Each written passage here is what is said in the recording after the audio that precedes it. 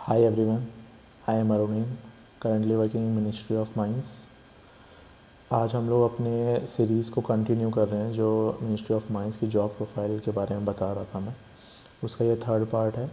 इस पार्ट में मैं नेचर ऑफ जॉब के बारे में बात करूँगा कि एक बार आप सेलेक्ट हो जाते हो मिनिस्ट्री ऑफ माइंस में तो उसके बाद आपका काम क्या होता है।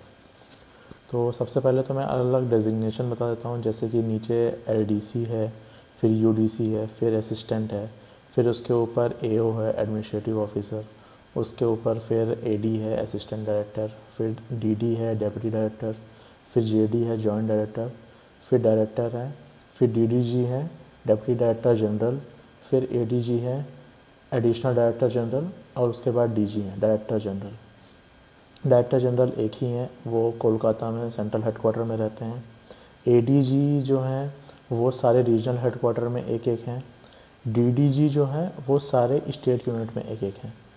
तो कहने का मतलब कि स्टेट यूनिट का जो हाईएस्ट अथॉरिटी हो गया वो डीडीजी हो गया, रीजनल हेडक्वार्टर का जो हाईएस्ट अथॉरिटी हो गया वो एडीजी हो गया, और सीएचक्यू का या फिर पूरा जीएसआई का अगर मैं बोलूँ हाईएस्ट अथॉरिटी जो हो गया वो डीजी हो गया। तो अब ऐसा काम में ऐसा है कि इसमें ऐसा फिक्स्ड नहीं है कि एलडीसी को ये काम करना है, यूडीसी को ये काम करना है, असिस्टेंट्स को ये काम करना है। तो एक ही मतलब ऑफिस के अंदर, मतलब एक ही रूम के अंदर ये सब लोग बैठते हैं। एओ के लिए अलग से रूम मिला हुआ है। एओ लेवल से सिंगल सिंगल केबिन मिलना शुरू हो जाते हैं। उससे पहले तक सबका मतलब एक रूम में ही सब बैठते हैं। तो एक रूम में मतलब ऐसा नहीं, अलग अलग सेक्शंस के अलग अलग रूम है, जैसे कि पे बिल हो गया, या पार्टी बिल हो गया, या एस्टेब्लिशमेंट हो गया, या फिर आरटीआई हो गया, या विजिलेंस हो गया। ऐसे अलग अलग सेक्शंस हैं सबके, एक दो रूम। उस ऑफिस की कैपेसिटी पे डिपेंड करता है क्या रूम्स होंगे। तो वैसे सब लोग बैठते हैं। तो कोई काम ऐसा डेजिग्नेशन वाइज फिक्स नहीं है कि एलडीसी हैं तो इन्हें ये काम करना है, फिर यूडीसी हैं तो इन्हें ये काम करना है, फिर असिस्टेंट्स हैं तो इन्हें ये काम करना है। तो काम बेसिकली ऐसे 8-10 सेक्शंस हैं और उसमें आपस में बटा हुआ है कि ये लोग मिलकर ये करेंगे, ये लोग मिलकर ये करेंगे, ये बंदा ये काम करेगा, ये बंदा ये काम करेगा, इस टाइप से। तो जैसे मैं अभी अपना बताऊं तो जैसे मेरा है व्हीकल आउटसोर्सिंग बिल्स को क्लियर करने का, और हिंदी सेक्शन का हेड हूँ मैं। हेड इन द सेंस कि मतलब हिंदी सेक्शन में भी मेरा मतलब मेरे ऑफिस से मैं हेड हूँ। बाकी तो काम बता देता हूँ। जैसे व्हीकल आउटसोर्सिंग बिल्स क्या होते हैं, जैसे जो जियोलॉजिस्ट होते हैं तो वो लोग फील्ड पे जाते हैं, सर्वे करते हैं। तो पहले तो गवर्नमेंट की होती थी अपनी गाड़ियाँ होती थी, उससे जाते थे। अभी क्या हो गया, गवर्नमेंट ने अपनी गाड़ियाँ सारी बंद कर दी हैं, मतलब मुश्किल से 2-4 बची होंगी। बाकी सब लोग बाहर से रेंट पे लेते हैं गाड़ियाँ और उसके बाद सर्वे में जाते हैं। तो उस चीज़ का रीइंबर्समेंट गवर्नमेंट देती है। तो वो लोग जब फील्ड पे जाते हैं तो वही गाड़ी का जो भी बिल वगैरह होता है वो पूरा हमें देते हैं, मतलब मुझे देते हैं। फिर मैं उसे सारे डॉक्यूमेंट्स वगैरह चेक करके उसे पास करता हूँ। तो एक तो व्हीकल आउटसोर्सिंग बिल्स पास करने का काम है। दूसरा मेरे पास जो काम है हिंदी सेक्शन का। हिंदी सेक्शन का ऐसा है कि जितने भी गवर्नमेंट ऑफिसेज हैं उन सब में ही मतलब इंग्लिश और हिंदी दोनों ही अपनी ऑफिशियल लैंग्वेजेज़ हैं। तो उसके लिए जैसे मैं साउथ में हूँ तो यहाँ पे मुझे ही इन्होंने डाल दिया उस सेक्शन में।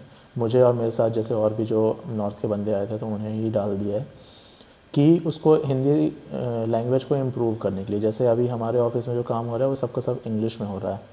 अब जो लखनऊ में जो ऑफिस में जो काम होता है वो पूरा पूरा हिंदी में होता है।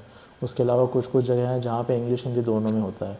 तो कोशिश यही करी जा रही है कि हर ऑफिस में दोनों लैंग्वेज में काम है। कोई भी अगर लेटर है, कोई भी चीज़ ऑफिशियल डॉक्यूमेंट है तो वो दोनों लैंग्वेज में प्रिंट हो और उसके बाद दोनों लैंग्वेज में ही आगे पास हो। तो उसमें भी जैसे किसी भी चीज़ के लिए बोल देते हैं कि ये लेटर है, इस लेटर को जैसे नॉर्मल अपन ड्राफ्ट बनाते हैं। पहले तो आप समझ लीजिए नोटिंग एंड ड्राफ्टिंग क्या होता है। कोई भी चीज़ जैसे आपने सुना होगा, जितने भी मिनिस्ट्रीज़ हैं सब में सिमिलर सा वर्क है। कुछ भी ऐसा अलग नहीं है कि सीएसएस में अलग है, एमईए में अलग है, रेलवेज़ में या फिर असिस्टेंट जो और भी पोस्ट हैं उन सब में अलग है, ऐसा कुछ भी नहीं है। उनमें जो फाइल्स आती हैं वो सारी फाइल्स अलग अलग चीज़ों के लिए आ सकती हैं डेफिनेटली, लेकिन मैक्सिमम जगह जो भी काम हो रहा है वो पूरा मोर और लेस सेम ही है। नोटिंग और ड्राफ्टिंग का ही काम होता है। तो नोटिंग का ये मतलब होता है जैसे किसी ने मुझे कोई डॉक्यूमेंट दिया तो उसे मैं सबसे पहले नोट पुट अप करके उसे अपने सीनियर के पास ले जाता हूँ उस चीज़ को, मतलब क्या बोलते हैं, मतलब अथॉरिटी के लिए, मतलब सैंक्शन के लिए, पास करने के लिए कि वो चीज़ सही है या नहीं। कोई भी फाइल आ गया, जैसे इस्टेब्लिशमेंट में जो बैठते हैं, या फिर इस्टेब्लिशमेंट को छोड़ देता हूँ, अपने बताता हूँ। जैसे मेरे पास कोई व्हीकल बिल आया, तो व्हीकल बिल सबसे पहले मैं उसके साथ डॉक्यूमेंट्स चेक करूँगा। उसके बाद फिर मैं नोट पुटअप करूँगा कि इस बंदे ने इतने रुपए का बिल बनाया है, इस डे तक इसने फील्ड पे काम किया है, इतने इतने वर्किंग डेज़ हैं, डेली का अमाउंट ये होता है, तो इतना बिल ये हो गया, सो प्लीज़ सेंक्शन दिस। फिर वो मेरे सीनियर के पास, एओ के पास जाएगा, वो उसे देखेंगे, चेक करेंगे और उसमें साइन करेंगे। फिर उसके बाद वही फाइल आगे जाएगी हेड ऑफ ऑफिस, जो हमारे ऑफिस में डायरेक्टर हैं, वो हेड ऑफ ऑफिस है, तो वो साइन करेंगे। उसके बाद फिर वो फाइल डीडीजी के पास जाएगी, वो उसे देखेंगे, वो साइन करेंगे, तब जाके वो बिल अप्रूव होगा। उसके बाद फिर से फाइल मेरे पास आएगी, फिर मैं उस बिल को प्रोसेसिंग करना स्टार्ट करूँगा, फिर पूरा बिल बना दूंगा, फिर फाइनली फिर से मैं नोट डालूंगा कि पूरा बिल प्रिपेयर हो गया, अब इसे सैंक्शन करना है। उसके बाद डीडीओ के पास फाइल जाएगी। डीडीओ है disbursement officer, drawing and disbursement officer. तो जो भी गवर्नमेंट ऑफिसर्स रहते हैं, उसमें कोई भी बिल पास करने का जो काम है वो डीडीओ के पास ही अथॉरिटी रहती है। तो फिर वो साइन करके आगे देंगे, तो पीएओ एक सेक्शन है, उस सेक्शन में जाएगा। वो एक्चुअली में पैसे ट्रांसफ़र करते हैं, मतलब एक गवर्नमेंट के अकाउंट से उस जिसके भी मतलब जो वेंडर है उसके अकाउंट में ट्रांसफ़र करने का। तो इस तरीके से ये पूरी एक चेन चलती है। ऐसे ही मतलब किसी एक के पास कोई अथॉरिटी नहीं है कि वो बंदा अकेले साइन करके कुछ पैसे दे दे, किसी को पास कर दे, ऐसा नहीं है। पूरी एक मैकेनिज़्म है, थोड़ा रेड टेपिज़म भी है, बट अब क्या कर सकते हैं, जो है ऐसे ही है। ये इस तरीके, तो जो मैंने जो 2 बार नोट पुटअप किया, एक तो पहली बार बिल आने पे नोट पुटअप किया कि इसने इसने ये बिल लगाया है, और दूसरी बार जब मैंने पूरा बिल बना दिया तो जो पुटअप किया, तो उससे ही नोटिंग बोलते हैं। ऐसे ही ड्राफ्टिंग होती है कि अगर मैं कोई ऑफिशियल लेटर कुछ लिख रहा हूँ किसी के लिए, जैसे कि लेट से कुछ आ गया कहीं से कुछ रिक्वायरमेंट, जैसे कि कोलकाता से किसी ने पूछा कि इस बंदे का हमें सर्विस रिकॉर्ड दे दो, सर्विस रिकॉर्ड दे दो या फिर कुछ भी दे दो। तो सर्विस रिकॉर्ड, उसकी सर्विस बुक खोली गई, वहाँ से देखा गया कि इसने लीव्स कौन कौन सी ली, इसकी ज्वाइनिंग डेट क्या है सॉरी।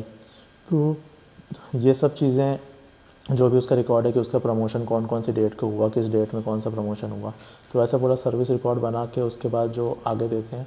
तो ये एक लेटर ड्राफ्ट करके हम लोग कहीं आगे भेज रहे हैं, तो जो भी गवर्नमेंट ऑफ इंडिया के पेजेस में जो हम लोग लिखते हैं A4 साइज़ में, वो वाली चीज़ ड्राफ्टिंग हो जाती है, और जो हम लोग एक येलो शीट आती है उसमें जो नोट पुटअप करते हैं वो चीज़ नोटिंग है। तो ये बेसिकली होता है। अब काम में जैसे मेरे पास मुझे ये 2 सेक्शन मिल गए। अब जैसे मैं अपने फ्रेंड का बताऊँ, वो इस्टेब्लिशमेंट सेक्शन में है, तो उसके पास दूसरे तरह की फाइल्स आती हैं, जैसे कि किसी का ट्रांसफ़र हो गया तो उसके ट्रांसफ़र की फ़ाइल आ गई, या फिर किसी का प्रमोशन हो गया तो उसके प्रमोशन का लेटर आ गया, या फिर उसके पास जैसे कि कंपैशनेट ग्राउंड में किसी को जॉब देनी है तो उसका कुछ लेटर आ गया। इस टाइप से अलग अलग रिक्वेस्ट के लेटर्स, मतलब इस्टेब्लिशमेंट बोल सकते हैं, एक HRMD सेक्शन बोल सकते हैं, जैसे प्राइवेट कंपनी में जो HR सेक्शन होता है उस टाइप का रहता है। तो उससे रिलेटेड ही सारे उसके पास, मतलब वहाँ पे लेटर्स आते हैं और वो उन्हीं पे एक्शन लेते हैं। जैसे मेरा एक और फ्रेंड है, वो उसमें पार्टी बिल में है। तो पार्टी बिल में क्या होता है, उसके पास दूसरे तरीके के बिल्स आते हैं, जैसे कि न्यूज़पेपर बिल्स पास करने हैं, न्यूज़पेपर का अलाउंस मिलता है तो वो बिल पास कर दिए, या फिर टेलीफोन अलाउंस मिलता है वो बिल पास कर दिए, या फिर और भी जैसे अलग अलग बिल्स हैं, जैसे कि टीए हो गया, उस टीए का अलग मिलता है, या फिर आरसीए बिल्स हो गए। इस तरह के बिल्स अलग अलग होते हैं। तो एक पार्टी बिल और एक पे बिल अलग होता है। पे बिल होता है जो सैलरी ड्रॉ करने पे आता है, और पार्टी बिल्स उसके अलावा जितने भी टाइप के बिल्स हो गए, टीए, आरसीए, व्हीकल आउटसोर्सिंग, या फिर न्यूज़पेपर बिल, टेलीफोन बिल्स, ये सारे पार्टी बिल्स में आ गए। तो ये सारे बिल्स पास करने हुए। जैसे मेरा एक और दूसरा फ्रेंड है, वो आरटीआई सेक्शन में है। तो आप लोग जैसे अगर वैकेंसी के बारे में आरटीआई लगाओगे कौन सी स्टेट में वैकेंसी है, तो उसका रिप्लाई वो देगा। ऐसे ही मेरा एक दूसरा फ्रेंड है, वो विजिलेंस सेक्शन में है।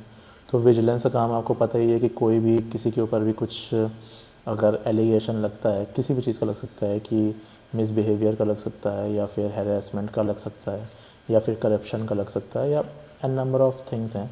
तो किसी भी चीज़ का अगर एलिगेशन कुछ भी लगता है तो वो चीज़ वो उसे इन्वेस्टिगेट करते हैं, उसे रिजॉल्व करते हैं। ऐसे अलग अलग सेक्शंस हैं, इसमें आप कहीं पे भी आ सकते हो, मतलब आपको जहाँ पे भी रिक्वायरमेंट होगी वहाँ पे डाल दिया जाएगा, और उस सेक्शन का जो भी वर्क होगा वो आपको करना पड़ेगा। दैट्स इट, आई थिंक इतना ही इनफ है। इसके अलावा और तो कुछ अलग इसमें है नहीं। बाकी टाइम जो है टाइम फिक्स ही है, जैसे सुबह 9 से 5:30 कहीं पे है, कहीं पे 9:15 से 5:45 है, कहीं पे 9:30 से 6 है। जैसे हमारे ऑफिस में 9:15 से 5:45 का है। मैं हैदराबाद ऑफिस में पोस्टेड हूँ, तो ऐसे 8.5 आवर्स का ऑफिस है। बाकी बीच में लंच वगैरह का टाइम और स्नैक्स वगैरह का टाइम है थोड़े बहुत। इसके अलावा जॉब में तो मतलब जॉब में जो काम है वो तो डिसेंट सही है। कोई मिनिस्ट्रीज़ में सारे में ही डेस्क जॉब ही है, तो इसलिए काम जो भी आते हैं वो सारे ऐसे ही आते हैं, इससे सिमिलर ही आता है। कुछ ऐसा अलग नहीं होगा। अगर एक जगह आप कहीं पे काम कर लिए हो तो हर जगह आपको सेम ही मिलेगा। ऐसे ही अलग अलग सेक्शन है। अब जैसे रोटेशन पॉलिसी है, आज आप इस सेक्शन में हो, कल आप जैसे अब मेरा अभी व्हीकल आउटसोर्सिंग बिल्स है, ये 5-6 महीने चलेगा। उसके बाद फिर मुझे चेंज करके किसी और बिल्स में डाल देंगे, उस बिल को पास करने का फिर किसी और में, फिर कभी इस्टेब्लिशमेंट में डाल देंगे, कभी आरटीआई में, कभी विजिलेंस में। तो इस तरीके करते कराते शुरुआत के 4-5 साल तो ऐसे अलग अलग चीज़ें करने में ही, सीखने में चला जाता है। उसके बाद फिर आपका वापस से रिपीटेशन शुरू होता है, तो आप फिर काम सीख जाते हो, तो फिर कोई दिक्कत नहीं आती। जैसे शुरुआत में थोड़ा समझना पड़ता है, उसके बाद तो फिर एक बार समझ में आ जाए फिर तो कोई दिक्कत नहीं है, फिर आराम से हो जाता है। So that's it. अगर आप लोग की कोई क्वेरीज बच गई हो तो आप कमेंट्स कर देना, मैं उसका रिप्लाई कर दूंगा या नया वीडियो बना दूंगा। Thank you.